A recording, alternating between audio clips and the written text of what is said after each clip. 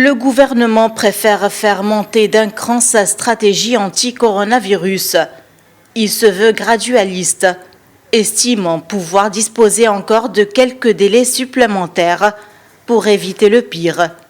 Dans une allocution médiatique, le chef du gouvernement, Eliès El Farfer, a décidé d'opter pour une séance unique d'une durée de 5 heures de travail dans les secteurs publics et privés. Dans le cas où les mesures prises seraient respectées, nous nous retrouverons la semaine prochaine devant seulement quelques cas de contamination supplémentaires qui pourront être gérés par notre service médical.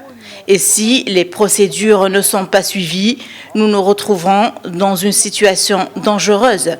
Ce qu'il faut aujourd'hui, c'est respecter la procédure d'auto-quarantaine. Le non-respect de cet acte d'isolement est considéré plus dangereux que de porter des armes.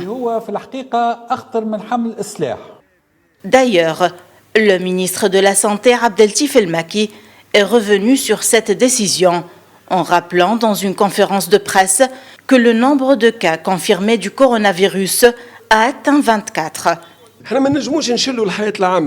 On ne peut pas bloquer ou paralyser la vie publique actuellement.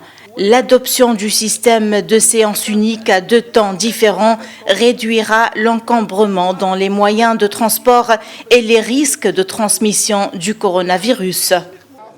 D'autre part, le chef du gouvernement a annoncé le verrouillage des frontières terrestres pour les passagers qui s'ajoutent à celles maritimes et aériennes pour les vols commerciaux et liaisons régulières, à l'exclusion du transport des marchandises. Farfer a rassuré les citoyens et les différents acteurs du secteur économique concernant les répercussions de cette crise, annonçant que l'État est en train d'étudier la situation pour prendre les mesures nécessaires à cet effet. Selon des experts et des cardiologues, la Tunisie doit appliquer une politique de protection plus sévère afin d'endiguer le virus. Najwa Bécha, Médiane TV, Tunis.